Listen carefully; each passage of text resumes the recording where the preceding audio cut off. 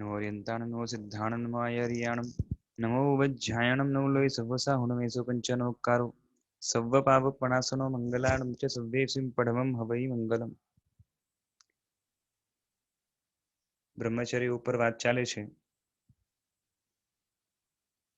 શ્રાદ્ધ દિનકૃત્ય નામના ગ્રંથની અંદર બ્રહ્મચર્ય માટે અને અબ્રહ્મના ત્યાગ માટે અમુક ભાવનાઓ ભાવવાની છે, એના વિશે લખાણ જે છે મારી પાસે મોજૂદ, એ તમને એમાંથી અમુક વિષય એ વાંચીને સંભળાવું છું। આમાં કહ્યું કે જે મોહ છે એ મહામલ્લ જેવો છે। મલ્લ એટલે હટ્ટો-કલ્ટો પહેલવાન હોય ને, જે લડાઈ કરે, તો મોહ એ મહાન મલ્લ જેવો છે, જે સારા સારાને પરાસ્ત કરી દે વ્યક્તિને। દાખલો આપે છે કે ઇન્દ્રભૂતિ છે એટલે ગૌતમ સ્વામી છે, એમને કષ્ટથી કેવળ જ્ઞાન ઉત્પન્ન થયું, એટલે કે ઘણી મહેનત કર્યા પછી છેલ્લે કેવળ જ્ઞાન થયું, સહેલાઈથી નથી થયું। સ્થૂલભદ્ર મુનિ છે, એમને વિકારને એટલે કે અહંભાવને પામ્યા। સ્થૂલભદ્ર મુનિને અહંકાર થઈ ગયો, માટે 4 પૂર્વ એમને ભણવા ન મળ્યા। ભરત રાજા, એમણે લડાઈમાં પ્રતિજ્ઞાને ખંડિત કરીને ભાઈ ઉપર ચક્ર મૂક્યું। રામે પણ લક્ષ્મણના શબને 6 મહિના સુધી ખભા ઉપર ધારણ કર્યું।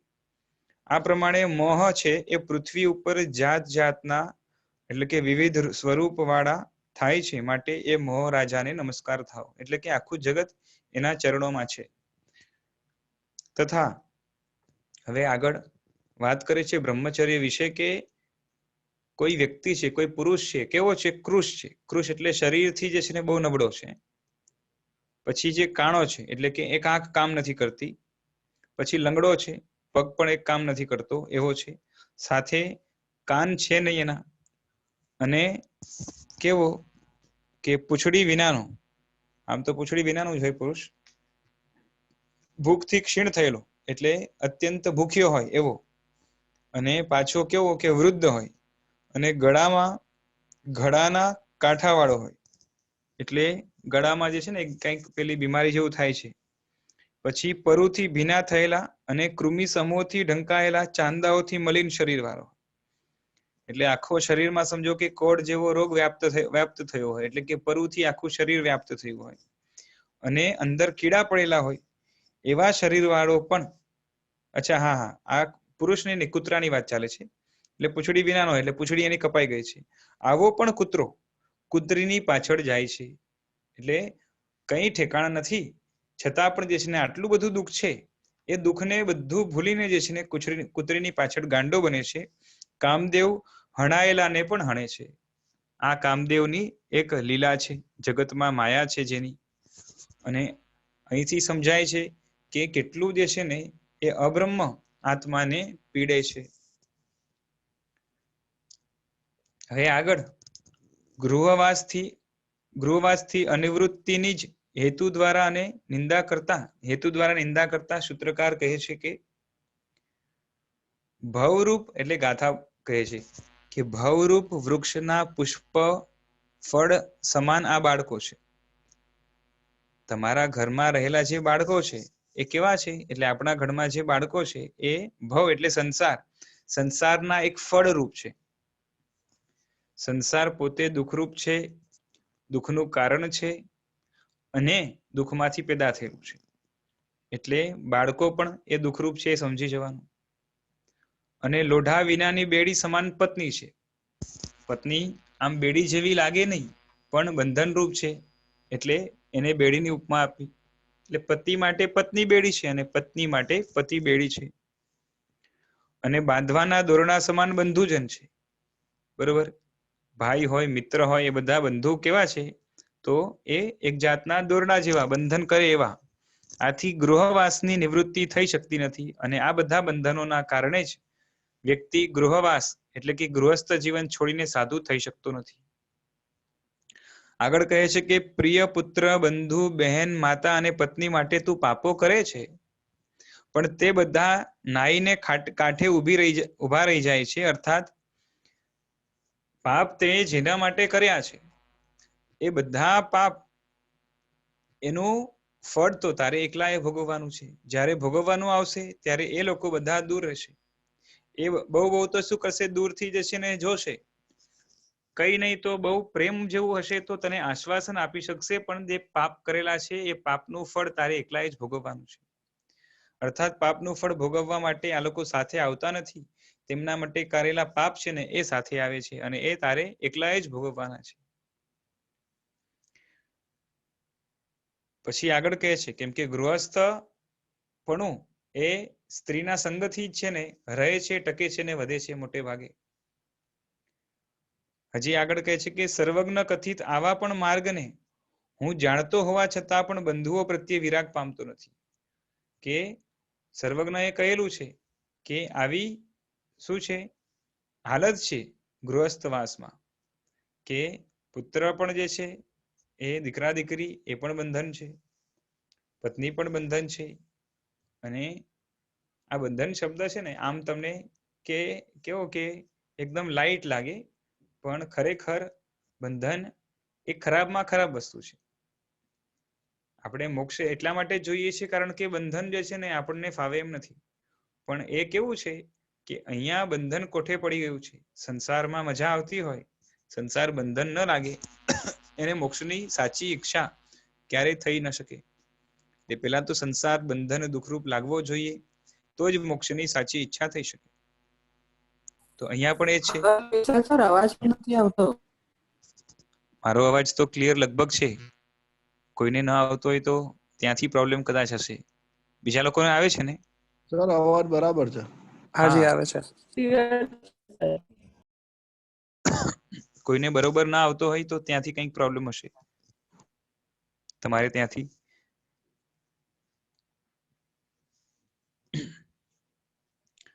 અને આ બધા માટે, બધાને પોષણ કરવા માટે તારે પાપો કરવા પડે છે. અને એ પાપો પાછે બધા ભાગ પડાવવા નથી આવવાના. તારે એકલાએ જ છે ને એનું ફળ ભોગવવાનું છે, તારે એકલાએ દુઃખી થવાનું છે. અને આ બધું જાણતો હોવા છતાં પણ જે છે ને વૈરાગ્ય થતો નથી અને ગૃહસ્થવાસનો ત્યાગ નથી થતો. બરોબર, એ મારું પોતાનું નિર્લજ્જપણું છે કે હું કેવો જે છે ને બેશરમ છું. કે જ્યાં કદરથના થાય છે એ કદરથના થી દુઃખી છું, અને એ દુઃખ મને જોઈતું નથી છતાં પણ એને હું છોડતો નથી. અને હવે કે છે કે ભાવના કે ક્યારે હું આ પ્રમાણે કરીશ કે ક્યારે હું ક્ષાંત દાંત બનીને, એટલે કે ક્ષમા આદિ ગુણોને ધારણ કરીને કામદેવને જીતીને નિર્મમત્વ રૂપ તીક્ષ્ણ તલવારથી મોહરૂપ બંધનને છેદીને હું મારા મુનિ માર્ગને સ્વીકારીશ. એટલે ક્યારે એવો દિવસ આવશે જ્યારે આ બધા બંધનોનો છેદ કરીને, નાશ કરીને, કેનાથી તો કે નિર્મમત્વ નામના તીક્ષ્ણ હથિયારથી, તલવારથી હું આ બધા જ બંધનોને છેદી નાખીશ. કારણ કે મમત્વ છે એના કારણે બંધનો છે, અને એ મમત્વ ન હોય તો બંધનો ના હોય. તો એને છેદવા માટે નિર્મમત્વ એ ભાવ લાવવો પડશે. એનાથી જ ગ્રહસ્થવાસ છેદાશે અને મુક્તિમાં વાસ આગળ જઈને સંભવ બનશે. તો મોહને તોડીશ અને હું સાચો જે છે ને સંત, સાચો મુનિ, સાચો ઋષિ કે સાચો જે છે ને દીક્ષાર્થી ક્યારે બનીશ. હવે મૂળમાંથી મોહને કાઢવા માટે સ્ત્રી શરીરના સ્વરૂપનું ચિંતન કરે છે. તો વિશેષથી બ્રહ્મચર્ય વ્રતમાં સ્થિર થાય એના માટે આ સ્ત્રીના શરીરનું જે છે સ્વરૂપ, એનું ચિંતન એ બતાવે છે. કે કેવી છે સ્ત્રી? તો કે સ્ત્રી મનુષ્યોના સ્વર્ગ મોક્ષ માટે આગળિયા સમાન છે. એટલે કે બંધન સમાન છે, જવા નથી દેતી. એટલે સ્ત્રી માટે પુરુષ બંધન છે, પુરુષ માટે સ્ત્રી બંધન છે. કે આપણે જો મોટા ભાગને છે ને તકલીફ ક્યાં થશે કે જે પેલાથી બંધનમાં બંધાયા છે, કાં તો બંધનની ઈચ્છા વાળા છે, કાં તો બંધનને જેને એક્સેપ્ટ કરેલું છે, તો બાકી બધું જ છોડવા તૈયાર થઈ જશે. પણ પોતે જે લગ્ન કે પ્રેમના બંધનમાં બંધાયા છે, કાં તો એને સારું માને છે, એ બીજા લોકો દીક્ષા લે એમાં રાજી છે.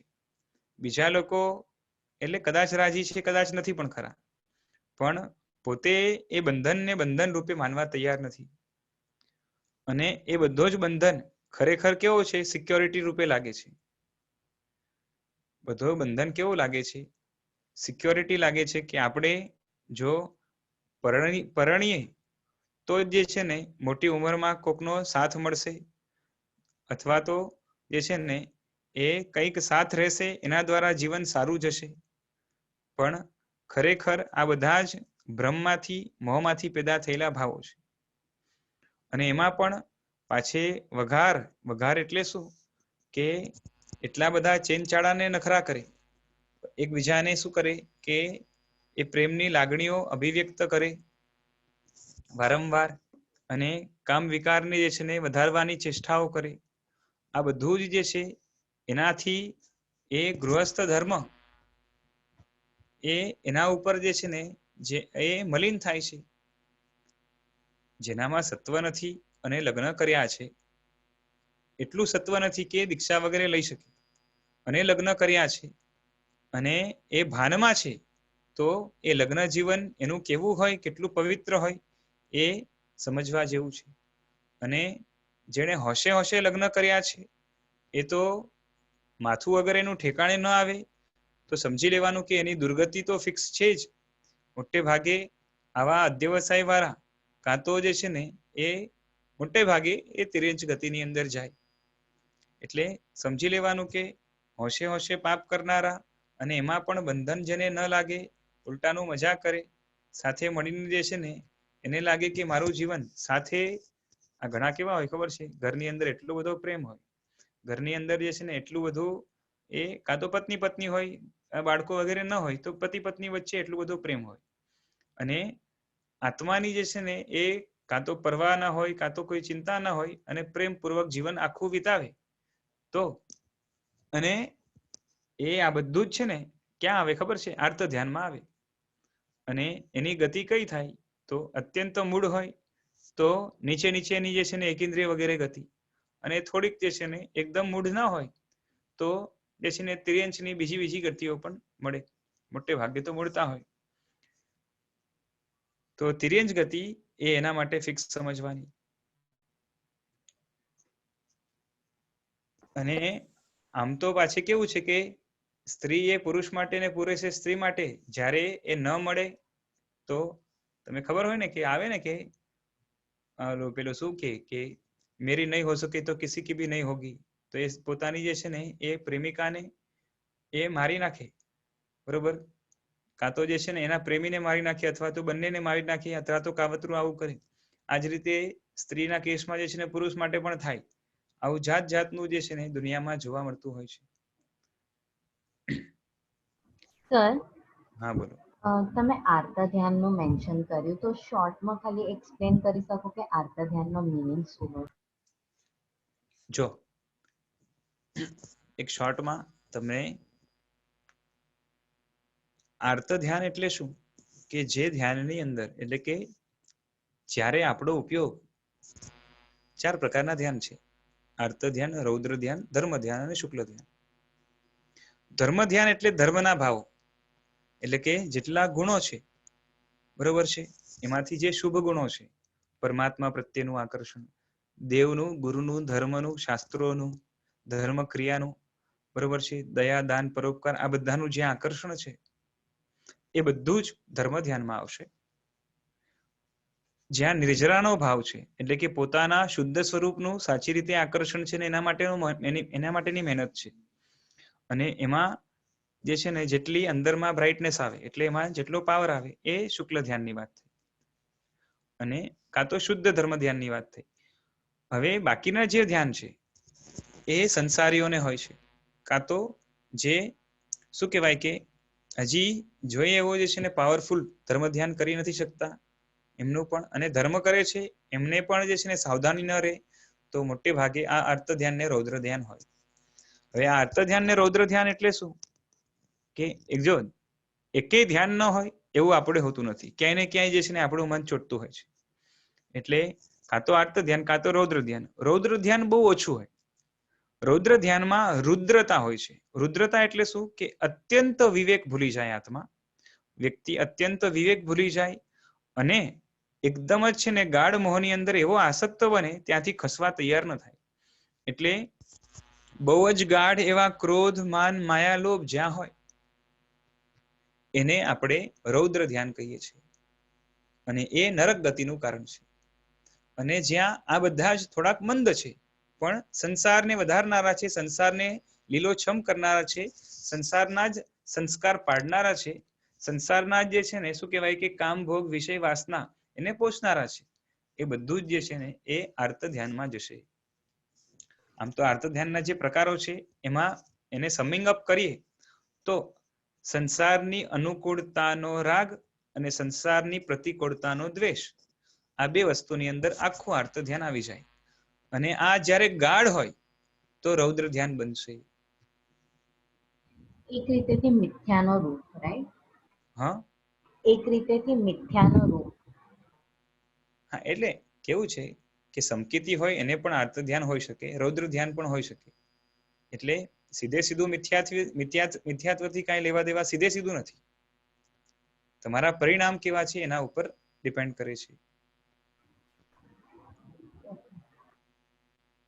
બરોબર છે? હા, એ છે કે સમકિત હોય, મિથ્યાત્વ ઓછું હોય કાં તો ન હોય તો એનાથી જે છે ને એ પરિણામમાં ફરક પડે.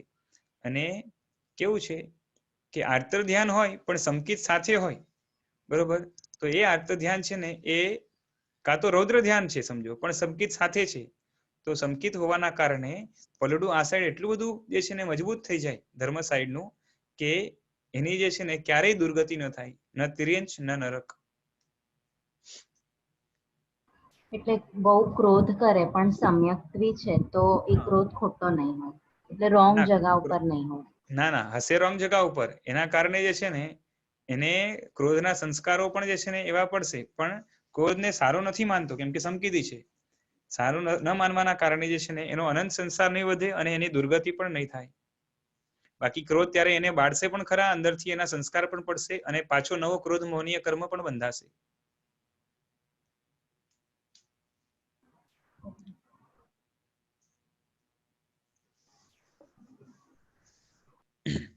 બરોબર છે? પણ એના ક્રોધના અનુબંધ નહીં પડે. અનુબંધ એટલે એને સારા તરીકે માને એવો એ નથી, પણ જૂના સંસ્કારના કારણે ક્રોધ આવી જાય છે, ઘણીવાર અત્યંત પણ આવી જાય. પણ એને કેટલો પણ ક્રોધ આવી જાય તો એની દુર્ગતિ નહીં થાય, ઉલટાનું જે છે ને દેવ થશે. અને એ દેવ પણ કેવો તો હલકો નહીં, વૈમાનિક દેવલોકમાં જ ઉત્પન્ન થાય એવા પ્રકારનું આયુષ્ય બાંધશે. એટલે આ સંકિત સાઈડની એટલી બધી સેફટી છે. હા, સદગતિના જેટલા કારણ છે એમાંથી સંકિત સૌથી મજબૂત કારણ છે.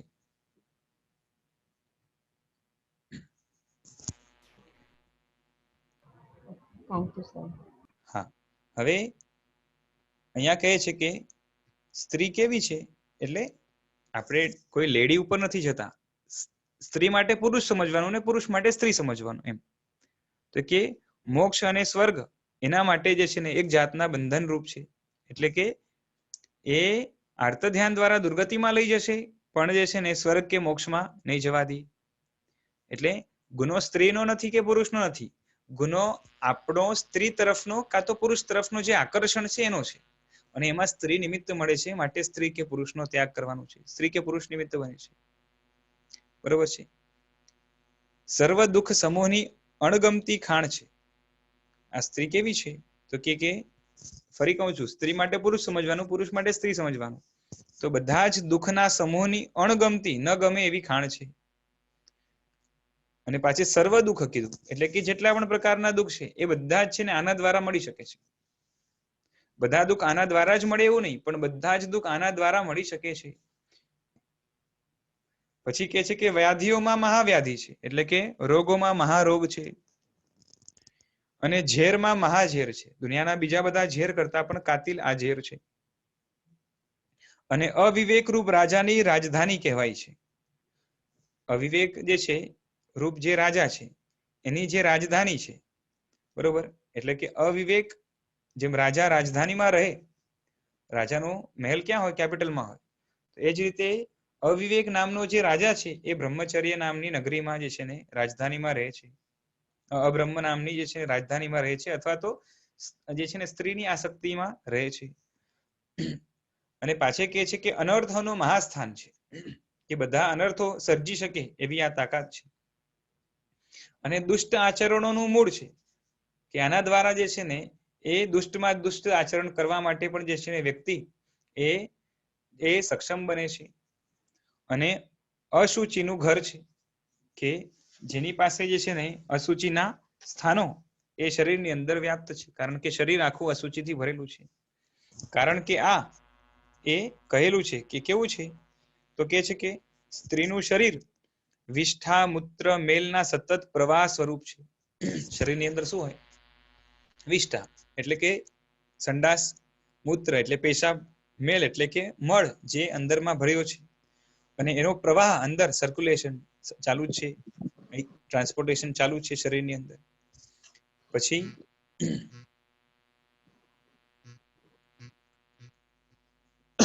આગળ કહે છે કે ઉલટી, પિત્ત, ચરબી, મજ્જા અને પુપ્ફુસ. પુપ્ફુસ એટલે ડાબી બાજુના પેટની અંદર લોહીના ફીણમાંથી થતો વિકાર. ડાબી બાજુના પેટમાં અંદર લોહીના ફીણમાંથી થતો વિકાર એટલે મને લાગે છે અહીંયા સ્પ્લીન નામનું ઓર્ગન હોય, એમાં કંઈક થતું હશે, બરોબર, એનાથી ભરેલું છે. એટલે અંદર બધી જ જે છે ને શું કહેવાય, એ આ બધા જ જે છે ને અશુચિમય પદાર્થો ભરેલા છે. ભાઈ માઇક જેનો ચાલુ હોય ને બંધ કરી દેજો.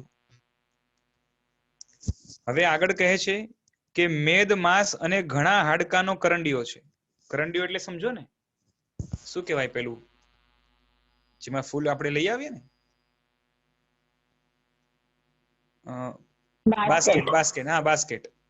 તો એ શરીર છે એ મેદ, બરોબર છે, ચરબી અને માંસ અને હાડકાનો જે છે ને એ બાસ્કેટ છે. સ્ત્રીનું શરીર અંદરથી આવા સ્વરૂપ વાળું હોવા છતાં બહારથી માત્ર ચામડીથી ઢંકાયેલું છે, એટલે બહારથી થોડોક જે છે ને એ રૂપાળા જેવું લાગે. તેથી અવિવેકી જીવોને મનોહર લાગે છે. જેને વિવેક નથી, જે વિશ્લેષણ કરવા માટે ઓછા પડે છે, એવા વ્યક્તિઓ એને બહારથી જે છે ને આ રૂપાળું લાગે છે. છતાં એટલે કહ્યું છે કે જે મુખ સ્ત્રીનું જે છે ને શરીર હજી વર્ણન કરે છે કે જે મુખ, એનું મુખ કેવું છે કે શ્લેષ્મનું ઘર છે, એટલે કફ જ્યાં ભરેલું છે, બરોબર, તેને પણ ચંદ્રની ઉપમા આપે છે. કોણ? જે ઓલા હોય ને કવિઓ, એને ચંદ્રની ઉપમા આપે. બાકી અંદર ભર્યું છે શું? બધું શ્લેષ્મ ભર્યું છે. પછી માંસની ગાંઠ રૂપ બે સ્તનો છે, એને સુવર્ણના કળશની ઉપમા આપે છે. કોણ? આજે અવિવેકી કવિઓ હોય છે, અને કાં તો જે પ્રેમની અંદર ફસાયેલા હોય. પછી વિષ્ઠા અને મૂત્રનો આધાર એવા નિતંબ એટલે કુલા, બરોબર, એ શ્રેષ્ઠ હાથીના મસ્તકની સ્પર્ધા કરનાર છે. આવી બધી ઉપમા અપાય છે, બરોબર. અતિશય નિંદ્ય સ્ત્રી શરીરને વિશિષ્ટ કવિ લોકોએ, એટલે કે આવા અવિવેક વાળા કવિ લોકોએ મોટું સ્વરૂપ એટલે મહત્વ આપી દીધું છે. એટલે આ રીતે શું થાય છે કે મોહથી ઘેલા લોકો એને, આમ તો નિયમ જ છે કે રાગ જ્યાં હોય ત્યાં બધું જ સાર રૂપ લાગે, અને જ્યાં દ્વેષ હોય ત્યાં બધું જ અસાર લાગે. તો અહીંયા ગાઢ રાગ છે, માટે બધું જ અશુચિ છતાં પણ સૂચિ દેખાય. આ પ્રમાણે કુવિકલ્પોથી વિવળ ચિત્તવાળો પુરુષ અંધ પુરુષથી પણ અધિક અંધ છે, કારણ કે જગતમાં અંધ પુરુષ આગળ રહેલી જોવા યોગ્ય બીજી વસ્તુઓ એ જોતો નથી, પણ રોગાંધ પુરુષ હોય તો જે છે તે જોતો નથી, અને જે નથી તેને જુએ છે. સમજાય છે? આંધળો માણસ હોય ને તો એને આગળ વસ્તુ છે એ દેખાતી નથી, અને જે રોગથી ગ્રસ્ત છે, જેની આંખ કાં તો જે છે ને એ જેને જે પોતે નશામાં છે, ભાન ભૂલ્યો છે, એને જે છે એ દેખાતું નથી, પણ નથી એવું દેખાય પણ છે, કારણ કે અસુચિનો ઢગલો ત્યાં એને સૂચિ દેખાય છે, બરોબર. શું કે છે કે અસુચિના ઢગલા એવા પ્રિયતમાના અંગોમાં એને મોગરાનો પુષ્પ, કમળ, પૂર્ણચંદ્ર, કળશ, શોભતી લટા અને પલ્લવની ઉપમા આપીને એ હર્ષ પામે છે, બરોબર છે. આ પ્રમાણે સ્ત્રી શરીરના યથાર્થ સ્વરૂપને એ વિચારતો નથી. સ્ત્રીનું શરીર મળમૂત્રથી ભરેલું છે. શ્લેષ્મ, કફ, થૂંક વગેરે અશુચિનું ઝરણું છે. અનિત્ય, ક્ષણ વિનશ્વર છે. એટલે કે બહુ લાંબી ઝાઝી બહારની છે ને એ રૂપ, બહારનું રૂપ પણ ટકવાનું નથી. રસ ધાતુમાં ઉત્પન્ન થતા ગંડુપદ વગેરે અનેક પ્રકારના કૃમિ જીવોનું સ્થાન છે. એટલે કે શરીરની અંદર નાના નાના કેટલા બધા કીડાઓ પેદા થાય છે, મરે છે. આવું પણ શરીર બુદ્ધિ રહિત પુરુષો માટે બંધન રૂપ છે. એટલે કે એમાં બંધાઈ જાય છે, એટલે કે એની અંદર આસક્ત બને છે. કારણ કે આ લોકમાં અને પરલોકમાં બધા જ બંધનોનું આ કારણ છે. હજી આગળ કહે છે કે ચતુષ્પદો એટલે કે પશુઓ દોરડા વડે પાસથી બંધાય છે. પશુઓને દોરડા વડે આપણે બાંધી શકીએ છીએ. પક્ષીઓ પિંજરામાં બંધાય છે. અને અહીં એટલે કે અધ્યાત્મમાં યુવતી રૂપ પાંજરાથી બંધાયેલા પુરુષો ક્લેશ પામે છે. એટલે જાનવર જે રીતે દોરડાથી બંધાય છે, પક્ષી જે રીતે પિંજરામાં બંધાય છે, એમ જે છે ને એ જેને અધ્યાત્મમાં એટલે જેને અધ્યાત્મમાં રોકે છે, કોણ? તો કે સ્ત્રી. એટલે યુવતી રૂપ પાંજરામાં જે છે ને પુરુષો બંધાય છે, અને પુરુષ રૂપ પાંજરામાં એ યુવતીઓ બંધાય છે. પછી ક્લેશને જ દ્રષ્ટાંત દ્વારા કહે છે. સ્ત્રીઓમાં આસક્ત થયેલ મૂળ અને અવિવેકી પુરુષો ઠંડી ગરમીને સહન કરે છે. ઈલા પુત્રની જેમ, એટલે ઈલાચી પુત્ર હતા ને, જાતિને છોડે છે. રાવણની જેમ પ્રાણનો નાશ કરે છે. જે ઈલાચી પુત્ર હતા એ પોતાની જાતિને, એટલે પોતે ઊંચા કુળમાં છે પણ નીચા કુળની સ્ત્રીને જે છે ને પામવા માટે એ પોતાનું કુળ ખાનદાન છોડે છે. અને રાવણ છે એ સીતામાં જે છે ને આસક્ત થયો, તો એણે છેલ્લે પોતાના પ્રાણનો નાશ કરવો પડ્યો. કારણ કે એના દ્વારા જે છે ને એનો વધ થયો. તો આ બધું જે છે ને આ બધા દ્રષ્ટાંતોથી ખબર પડે છે કે આસક્તિ એ આગળ જઈને કેટલું જે છે ને અનિષ્ટ સર્જે છે. અહીંયા તો આખી વાર્તા આપેલી છે ઈલાચી પુત્રની. સાંભળવી હોય તો કહું આખી, નહીં તો પછી રેવા દીધી. બરોબર છે. આખી રાવણની વાર્તા તો બધાને ખબર છે.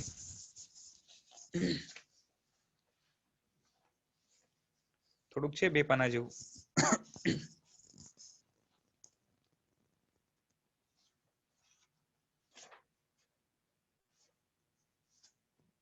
ચલો વાર્તા કહી દઉં, બહુ વધારે નથી. ઈલાવર્ધન નગરમાં એક ઈલાવર્ધન નામની નગરી છે. એમાં જીતશત્રુ નામનો રાજા છે. ઈલ નામનો ત્યાં શેઠ રહે છે. તેની ધારણી નામની પત્ની છે. તેમને ઈલા દેવીની આરાધનાથી, એક કોઈ દેવી છે ઈલા દેવી, એની આરાધનાથી એક પુત્ર થયો. ઈલા દેવીએ આપ્યો હોવાથી એ પુત્રનું નામ ઈલા પુત્ર રાખવામાં આવ્યું. સમય જતા એ સર્વ કળાઓમાં નિપુણ બન્યો. યુવાન બનેલો તે સદા ધાર્મિક વાંચન, આધ્યાત્મિક ક્રિયાઓમાં સમય પસાર કરતો રહ્યો. રંગ રાગ ઉપર તેને અણગમો હતો. તેને લગ્ન કરવાની જરાય ભાવના પણ નહોતી. યૌવન અવસ્થામાં આવવા છતાં પણ તેને યુવતીઓ પ્રત્યે જરાય આકર્ષણ પણ નહોતું. તે યુવતીઓ તરફ નજર પણ નહોતો કરતો. મા બાપે તેને પરણવા માટે ઘણું સમજાવ્યું, પણ તે એકનો બે ન થયો. તેની એક જ વાત હતી કે ભોગો એ કાદવ છે, મારે કાદવથી લેપાવું નથી. મારે ભોગી નથી બનવું, મારે યોગી બનવું છે. મોહાંધ મા બાપે પુત્ર પરણે એ માટે દુરાચારી ખરાબ ચલગતવાળા યુવાનોની સોબત પણ કરાવી, કે જે યુવાનો ના જે છે ને સંપર્કથી એ ઈલા પુત્રને જે છે ને કામ વિકાર જાગે તો જે છે ને લગ્ન કરવા માટે તૈયાર થાય. તો એવું પણ કર્યું, કેમ કે મા બાપ મોહમાં અંધ થયા હતા. એમની ઈચ્છા હતી દીકરો પરણે. મિત્રો ખરાબ હોવા છતાં તેની પાસે અમે સારા ધર્મ રૂચિવાળા છે એવો દેખાવ કરીને પણ તેના મિત્રો બન્યા હતા. કારણ કે તેમને ખાતરી હતી કે ઈલા પુત્ર ખરાબ મિત્રોની સોબત નથી કરતો. એટલે જો એને ખબર પડે કે મિત્રો ખરાબ છે તો એની સોબત નહીં કરે. એટલે એમણે પ્લાનિંગ શું કર્યું કે જે ખરાબ મિત્રો હતા, એટલે ખરાબ છોકરાઓ હતા, એમને પેલા કીધું કે તારે છે ને આની સામે સારું બનવું, અને ધીરે ધીરે પોતે જે છે ને સંગતમાં લઈને એને આ લગ્ન માટે તૈયાર થાય એની માટે તમે એને તૈયાર કરો. મિત્રોએ ધીમે ધીમે ઈલા પુત્રને ધાર્મિક પ્રવૃત્તિઓ ઓછી કરાવી. પછી બાહ્ય પ્રવૃત્તિઓ તરફ વાળવા માંડ્યા. એકવાર મિત્રો તેને ઉદ્યાનમાં ફરવાના બહાને બહાર લઈ ગયા. ઉદ્યાનમાં નટ કન્યા અદ્ભુત નૃત્ય કરી રહી હતી. એ નાટક ચાલતો હોય ને નટ, તો નટની એક કન્યા છે, એ બહુ સારામાં સારું નૃત્ય કરી રહી હતી. મિત્રો નૃત્ય જોવા માટે ઉભા રહ્યા. મિત્રોની સાથે ઈલાપુત્ર પણ ત્યાં ઉભો રહ્યો.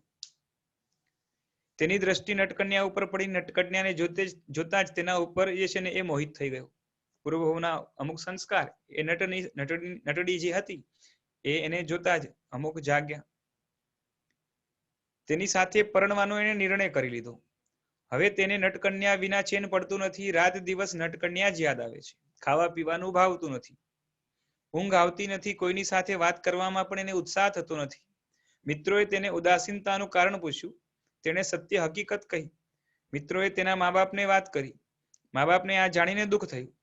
મા બાપે તેને અન્ય કુલીન કન્યા સાથે પરણવા માટે ઘણું સમજાવ્યું, પણ ઈલાપુત્રે નટ્ટકન્યા સાથે જ પરણવાનો આગ્રહ કર્યો. મા બાપને થયું કે આવા અનુચિત આગ્રહ માટે અમે જ જવાબદાર છીએ, કારણ કે અમે જ તેને ખરાબ મિત્રોની સોબત કરાવી.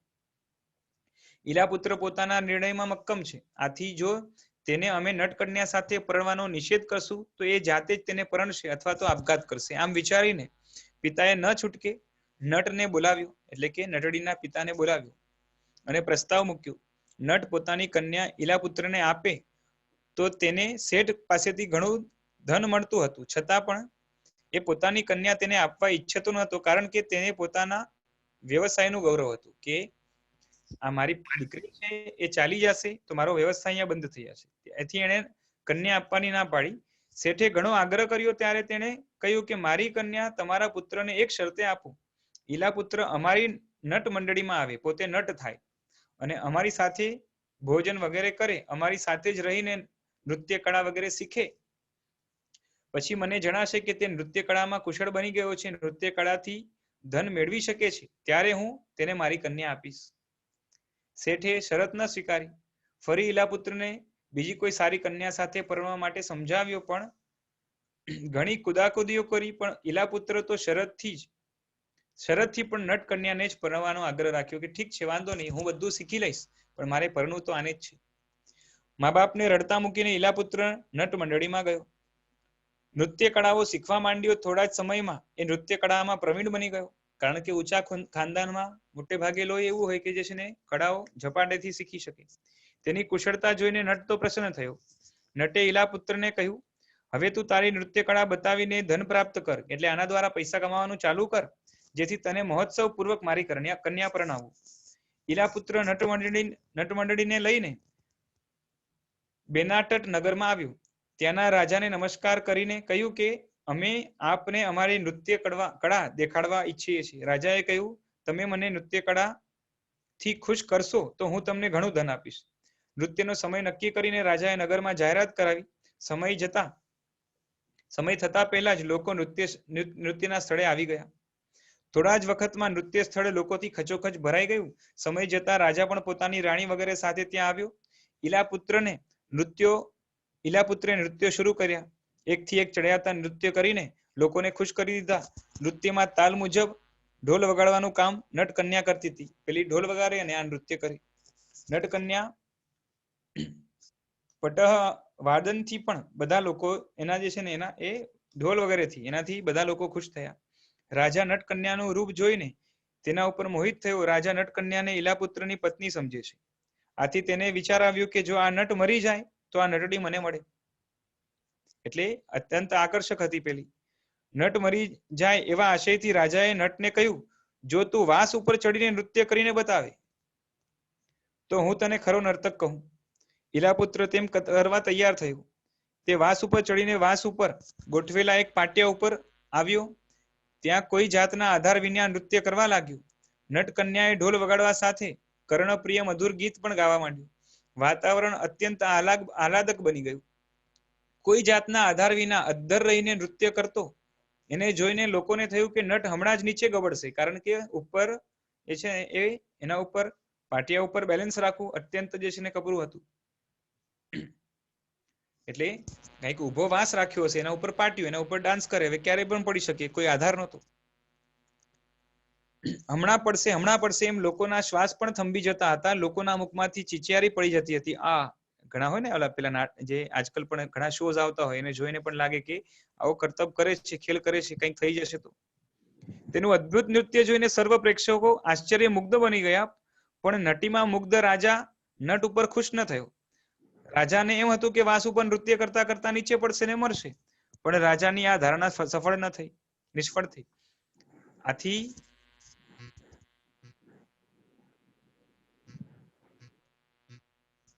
આથી રાજાએ બીજી આજ્ઞા કરી કે વાસ ઉપર ચડીને વાસનો પણ આધાર લીધા વિના નૃત્ય કરી બતાવો.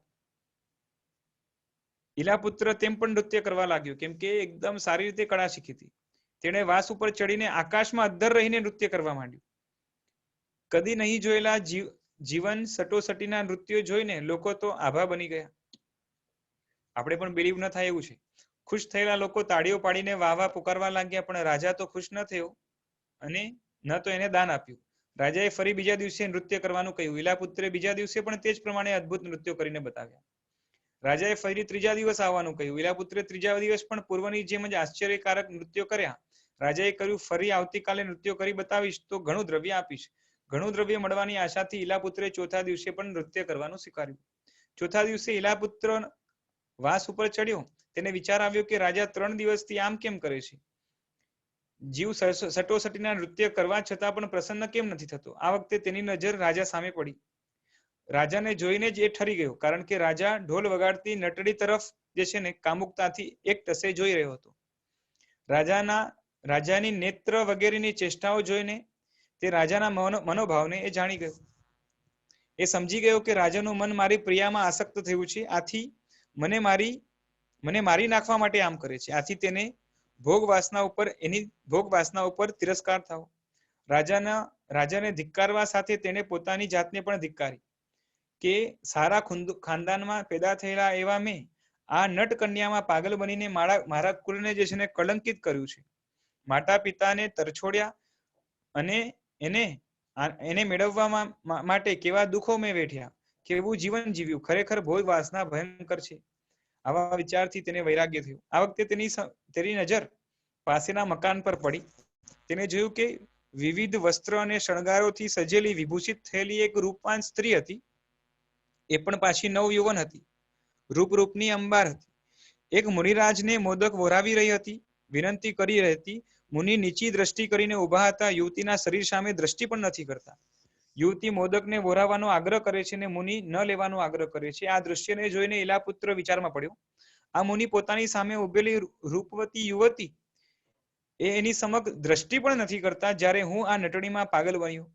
યુવતી મોદકો વોરાવવા માટે આટલો આગ્રહ કરે છે, છતાં પણ મુનિ નથી લેતા. ધન્ય છે એમને અને મને ધિક્કાર છે. આમ સ્વનિંદા અને મુનિની પ્રશંસા કરતા કરતા ઈલાપુત્ર શુભ ધ્યાનમાં ચડી ગયા. શુભ ધ્યાનમાંથી શુક્લ ધ્યાનમાં અને ઘાતી કર્મનો ક્ષય થયો અને ત્યાં જ એ નાચતા નાચતા કેવળ જ્ઞાન થયું. કેવળ જ્ઞાન થતા દેવોએ તેમને મુનિ વેશ આપ્યો. પછી દિવ્ય સુવર્ણ કમળ ઉપર બેસીને પોતાનો પૂર્વ ભવ જે છે ને એમણે પોતે જ કહ્યું કે હું પૂર્વ ભવમાં વસંતપુરમાં બ્રાહ્મણ હતો. વૈરાગ્ય પામીને બ્રાહ્મણી સાથે જીન દીક્ષા લીધી અને આમ છતાં બંનેને પરસ્પર સ્નેહરાગ હતો તથા બ્રાહ્મણીએ જાતિનો મદ કર્યો. એટલે એ જાતિના મદના કારણે જે બ્રાહ્મણી હતી એટલે એની જે પત્ની હતી પૂર્વભવની જે સાધ્વી થઈ હતી, બરોબર છે, એ આ ભવની અંદર એ નટડી થઈ મદના કારણે. અને સ્નેહરાગ અને જાતિ મદની ગુરુ પાસે એને આલોચના નહોતી કરી અને મરીને પછી આરાધના સારી હતી, સ્વર્ગમાં ગયા. દેવલોકનું આયુષ્ય પૂર્ણ થતા ત્યાંથી ચવીને હું ઈલાપુત્ર થયો અને બ્રાહ્મણી ત્યાંથી ચવીને જે છે ને આ જે નટડી થઈ છે, લંકની પુત્રી થઈ છે. પૂર્વભવના સ્નેહના સંસ્કારના કારણે હું તેના પ્રત્યે અનુરાગ વાળો થયો છું. આ સાંભળીને વૈરાગ્ય પામેલા રાજા, રાણી અને નટપુત્રીએ પણ દીક્ષા લીધી અને શુભ ધ્યાનથી જલ્દી ઘાતી કર્મો ખપાવીને કેવળ જ્ઞાન પ્રાપ્ત કર્યું. બધાએ આયુષ્ય પૂર્ણ થતા બધા મોક્ષમાં ગયા. બરોબર છે. એટલે વૈરાગ્ય થાય આ બધાથી તો કામ થઈ જાય, હંમેશા માટેનું સુખ અને બધી જ બેચેની ચાલી જાય. અને ન થાય તો જે છે ને પોતાનું કુલ, ખાનદાન અને જે પાપનો જથ્થો ભેગો કદાચ કર્યો હોય એ બધું જ ગુમાવવાનું થાય અને આત્મવંચના સિવાય હાથમાં કંઈ ન આવે અને દુઃખનો કોઈ પાર ન રહે. હવે આગળ કહે છે કે સ્ત્રી સંગ નિવૃત્તિ બહુમાન દ્વાર, એટલે કે સ્ત્રી સંગની જે નિવૃત્તિ છે એટલે સ્ત્રીનો સંગ છોડવો, એ જે છોડે છે એનું બહુમાન હોવું જોઈએ. શું કહે છે કે એ મનુષ્ય ધન્ય છે, એમનો જન્મ સફળ છે, અને એ સુર અસુર વગેરે દેવોને પણ પૂજ્ય છે, કે જેણે દુઃખનું સ્થાન એવા ઘરને એટલે કે ગૃહસ્થવાસને અને સ્ત્રીને એ બાલ્ય અવસ્થામાં જે છે ને છોડીને દીક્ષાનો સ્વીકાર કર્યો છે. એટલે નાનપણમાં જેને દીક્ષા લીધી છે એ ધન્ય પણ છે, એનો જન્મ પણ સફળ છે, અને સુર અસુર બધા માટે વંદનીય છે. પછી કે છે કે પરાક્રમી મનુષ્યોએ પ્રિયાના સંગને અનુભવ્યા વિના જ, એટલે જીવનમાં જે છે ને નાનપણમાં દીક્ષા લીધી હોય એટલે કોઈ સ્ત્રીનો સંગ આમ થયો ના હોય, એટલે કોઈ પ્રિયાનો સંગ ન થયો હોય, એટલે પ્રિયાના સંગને અનુભવ્યા વિના જ વૈરાગ્ય રૂપ તીક્ષ્ણ તલવારથી મોહના બંધનને છેદીને દીક્ષા લીધી છે. તેથી જ વિકૃત દ્રષ્ટિથી જોનારી સ્ત્રીઓ જેમના હૃદયમાં શલ્યની જેમ ખૂજતી નથી, તે મનુષ્યો ધન્ય છે. સંયમધારી તેમને નમસ્કાર થાઓ, અને હું તેમનો દાસ છું. શું ભાવના કરવાની કે જેણે નાનપણમાં દીક્ષા લીધી છે ક્યારે પ્રિયાનો સંગ નથી કર્યો, અથવા તો જેણે બધો જ સંગ છોડી દીધો છે, પ્રિયાના મોહને પણ છોડી દીધું છે, અને વૈરાગ્ય રૂપ જે છે ને તીક્ષ્ણ તલવારથી મોહને ખતમ કરી દીધો છે, મોહના બંધનને છેદી નાખ્યો છે, અને વિકૃત દ્રષ્ટિથી એની તરફ કદાચ સ્ત્રી જોઈ, બરોબર છે, તો એમના હૃદયમાં શલ્યની જેમ જે છે ને એ ખૂજતી નથી એટલે એના માટે મોહનું કારણ બનતી નથી. અને એવા મનુષ્યો એટલે કે એવા મુનિઓ એ ધન્ય છે, અને હું એમનો દાસ છું. તેથી તે દિવસ અને મુહૂર્ત ક્યારે આવે કે જ્યારે હું પણ ગૃહસ્થવાસનો ત્યાગ કરીને મોક્ષ સુખનું નિધાન એવું નિષ્પાપ દીક્ષા જીવન અંગીકાર કરું. બરોબર છે. તો આ રીતે વાત કરી, અને આ રીતે જે છે ને બધું ચિંતન કરીને એ એકચ્યુઅલી આ બધી વસ્તુ જે છે ને એનું ચિંતન કરીને સુવાનું છે રાતના. એટલે આમાં આખી વિધિ આપેલી છે કે શ્રાદ્ધ દિનકૃત્યમાં આખા દિવસ દરમિયાન શ્રાવકે કઈ રીતે જે છે ને જીવન જીવવું, એમાં કઈ રીતે ક્યાં કાળજી રાખવી, કેવું ચિંતન ક્યારે હોવું, બધું આપેલું છે. તો એમાં લખ્યું કે અમુક જે છે ને ચૈત્યવંદન છે, 4 શરણનો સ્વીકાર છે, વગેરે બધું. એટલે આ બધા સ્ત્રી વગેરેનો વિચાર, જેથી બ્રહ્મચર્યમાં જે છે ને એને તાકાત મળે, આ બધું કરીને ચિત્તરૂપ મંદિરમાં પરમેષ્ઠીને એટલે કે 5 પરમેષ્ઠી જે છે અર્યંત સિદ્ધ આચાર્ય ઉપાધ્યાય સાધુ એને સ્થાપીને પછી નિદ્રા કરે. બરોબર છે. એટલે કે નવકાર વગેરે ગણી અને પછી પંચ પરમેષ્ઠીને સ્થાપી એટલે શું કે નવકાર ગણી અને જે છે ને એમાં જ પોતાનું ચિત્ત સ્થાપન કરીને સુવે. તો એની રાત છે એ કેવી જાય તો કે સારી જાય, એટલે કે એમાં બ્રહ્મચર્યનું પણ પાલન થાય અને ભયોથી પણ જે છે ને એ રક્ષણ થાય. તો આ રીતે આપ્યું છે. હવે આપણે પેલા છે ને વાર્તા જોઈ લઈએ, અને પછી કંઈક આનાથી વિશેષ હશે તો આપણે જોઈશું. તો સ્ત્રીશીલ વ્રતના આરાધન ઉપર ચંદ્રવર્મા રાજા છે એની કથા છે, હિન્દીમાં છે. एक कथा આપણે स्टार्ट करिए. इस भरत क्षेत्र में माकंदीपुर नगर की बाहरी उपवन में मुनि परिवार सहित श्री चक्रेश्वर आचार्य समोसरे. भरत क्षेत्र में माकंदीपुर नाम का नगर है और वहां पे पूरे मुनि परिवार के साथ चक्रेश्वर नाम के आचार्य वो वहां पे आए. राजा चंद्रवर्मा अपने परिवार सहित, राजा को समाचार मिले, वो अपने परिवार के साथ आचार्य महाराज को वंदन करने के लिए आए. मार्ग में जाते हुए 2 तरुण मुनियों को ध्यान में खड़े हुए उन्होंने देखा था. आचार्य महाराज को वंदन करके राजा ने निवेदन किया, हे गुरुराज, वे दोनों रूपवान यौवनवान तपस्वी इस उम्र में क्यों साधु बने और क्यों उग्र तपस्या कर रहे हैं? गुरु ने कहा, हे राजा, उनके वैराग्य का कारण सुनो.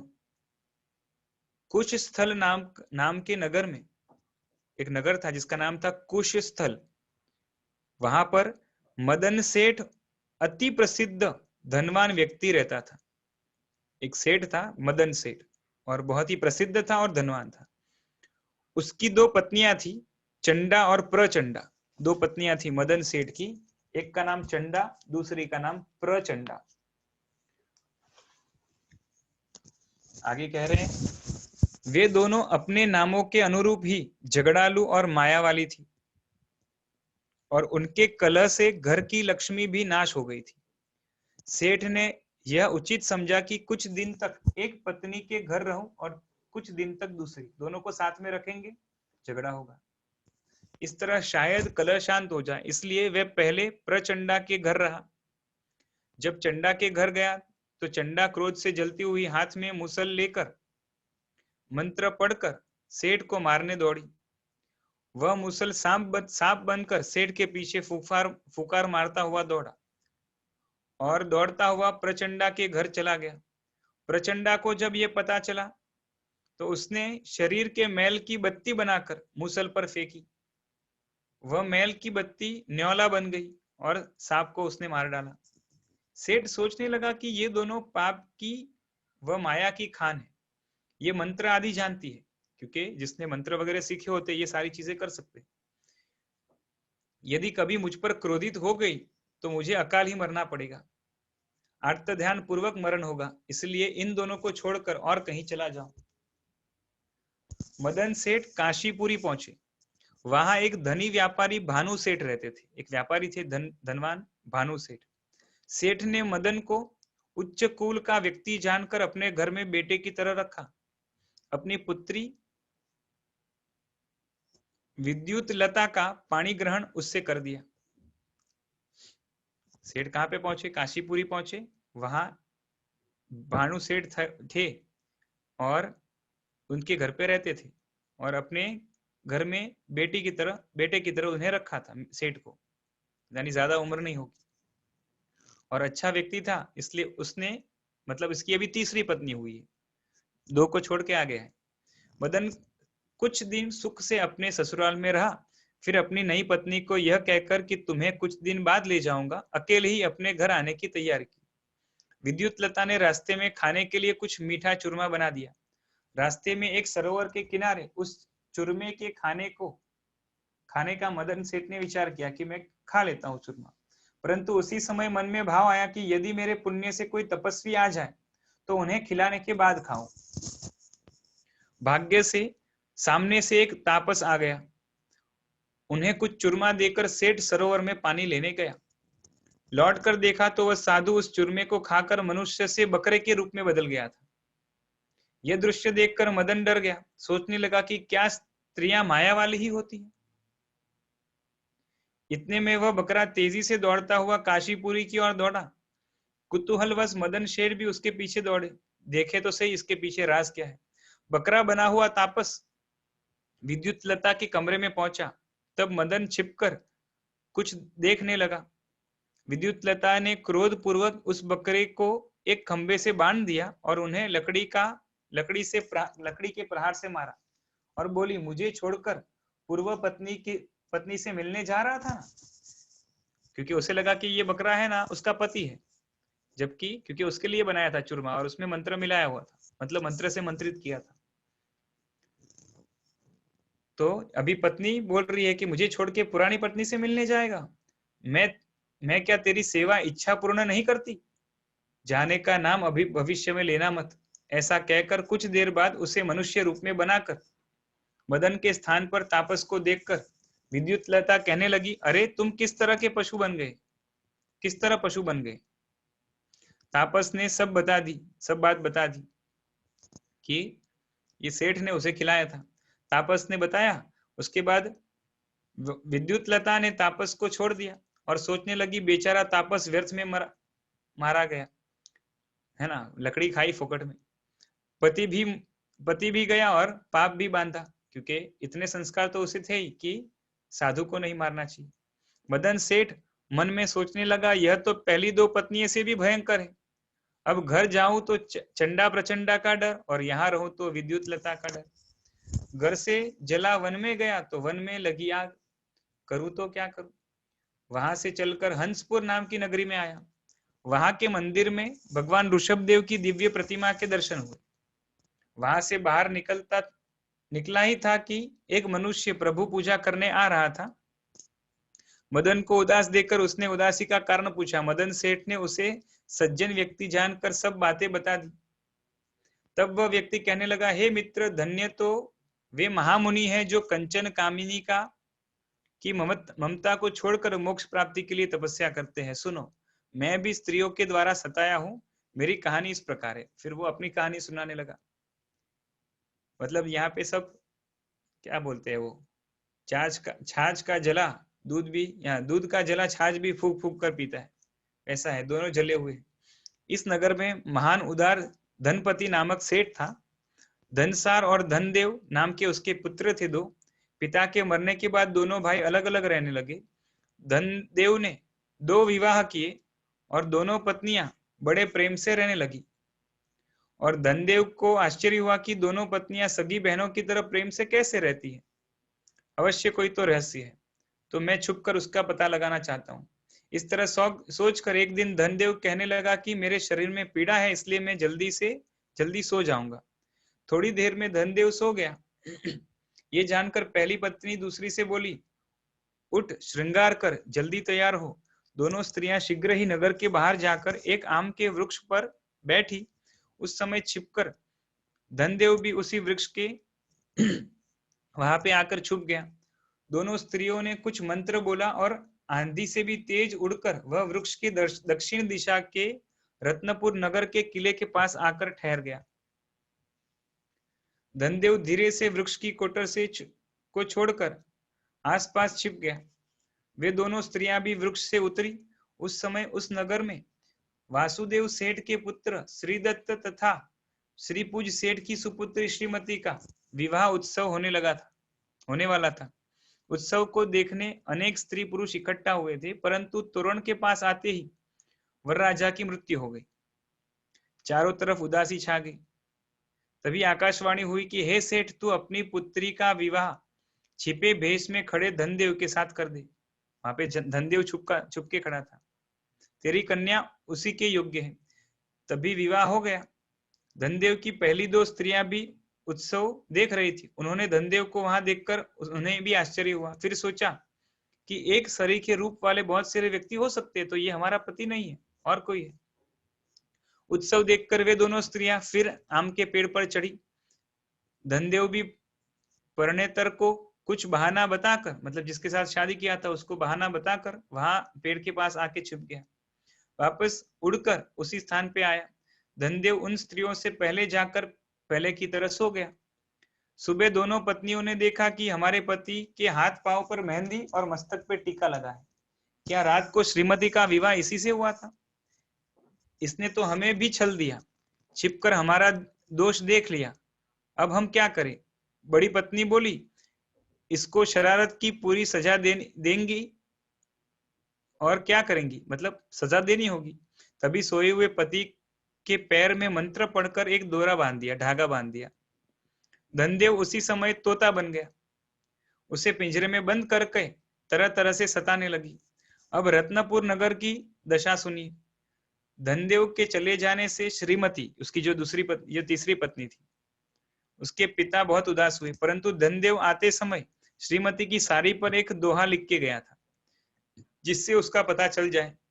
रत्नपुर है वास मेरा, चढ़ के आम पर आया, धनपति पुत्र धनदेव हूं, चढ़ के आम घर आया। ऐसा लिख के गया था, मतलब पूरा कोड में लिख के गया था। इस तरह पता लगाकर एक सागरदत्त नाम का व्यापारी था, उसके साथ श्रीपूज सेठ ने धनदेव को पत्र लिखकर भेजा।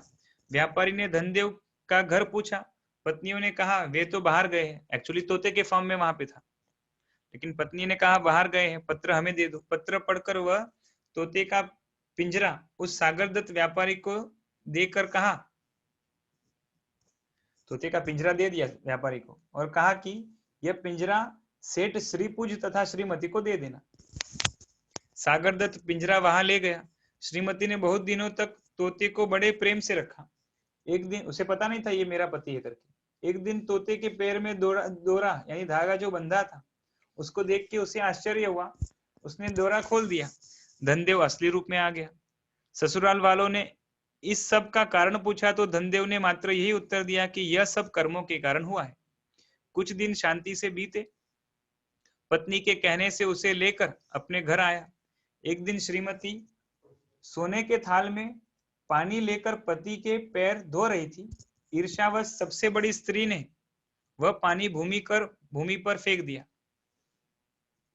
वह पानी धीरे धीरे बढ़कर समुद्र का रूप धारण करने लगा। धनदेव घबरा गया। तब श्रीमती ने उस पानी को मंत्र बल से सुखा दिया। उसकी शक्ति को देखकर उन दोनों ने उसको गुरु मान लिया। पर मैं तो घबरा गया, यानी जो है ना, और धनदेव, और सोचने लगा कि मैं बड़ा अभागा हूं कि ऐसी औरतें मेरे पल्ले पड़ी है। और वही अभागा मैं धनदेव तुम्हारे सामने खड़ा हूं। हे मित्र मदन, मैं तो हमेशा ही बलाओं के पास रहा हूं, परंतु फिर भी इस जाल से छूट नहीं सकता।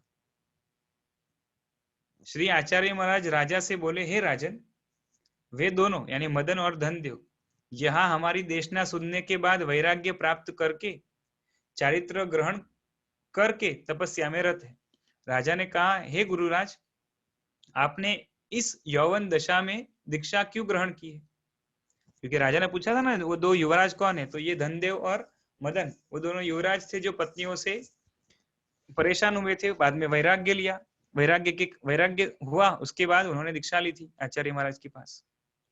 आचार्य महाराज ने फरमाया, हे राजा, गृहस्थी का जीवन अनेक आरंभ समारंभ वाला है। एक बार के स्त्री समागम से 9 लाख जीवों की हिंसा होती है, वो भी मनुष्य।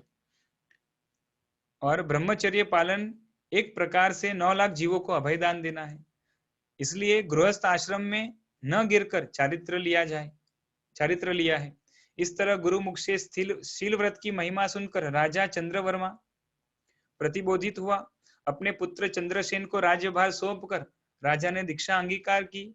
आगे जाके अध्ययन करके 11 अंग उन्होंने उसका अध्ययन किया। एक दिन गुरुमुख से 20 स्थानक की महिमा का उपदेश सुना। विशेषकर शील पद यानी 12वें पद यानी ब्रह्मचर्य का शुद्ध भाव से आराधन करना, इसके बारे में उसने सुना।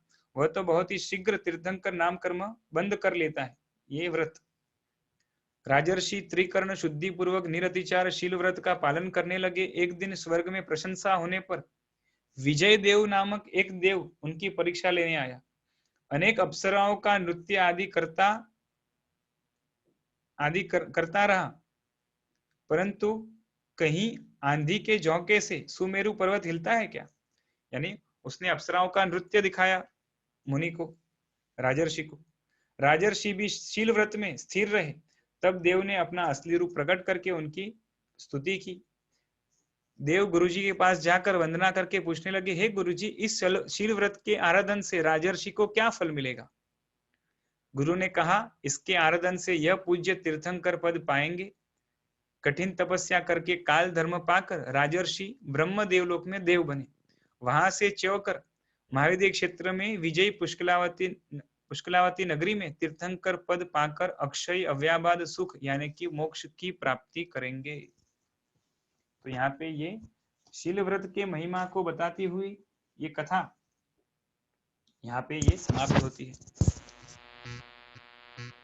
ठीक है, अपना समय भी यहाँ पे हो रहा है, तो बाकी की चीजें हम कल देखेंगे थोड़ा बहुत अगर रहेगा तो। उसके बाद में जो नेक्स्ट पद है उसके बारे में देखेंगे। नेक्स्ट है क्रियापद शुभ ध्यान, तो वो भी बहुत इंपॉर्टेंट है। शुभ क्या होता है, ध्यान क्या होता है, शुभ ध्यान किसे कहते हैं और उसके प्रकार कौन से होते हैं, क्रिया किसे कहते हैं, क्रिया किस तरह से शुभ ध्यान में मदद रूप है या उसके दोनों में अभेद किस तरह से, उपचार वगैरह से, वो सारी चीजें हम देखेंगे। कुछ नई चीजें जिसमें देखने के लिए मिलेगी, तो वो हम कल देखेंगे। आज इतना ही रखते हैं। जिनाज्ञा विरुद्ध कुछ बुराई हो तो मिच्छामि दुक्कडम। प्रणाम। प्रणाम सर। प्रणाम।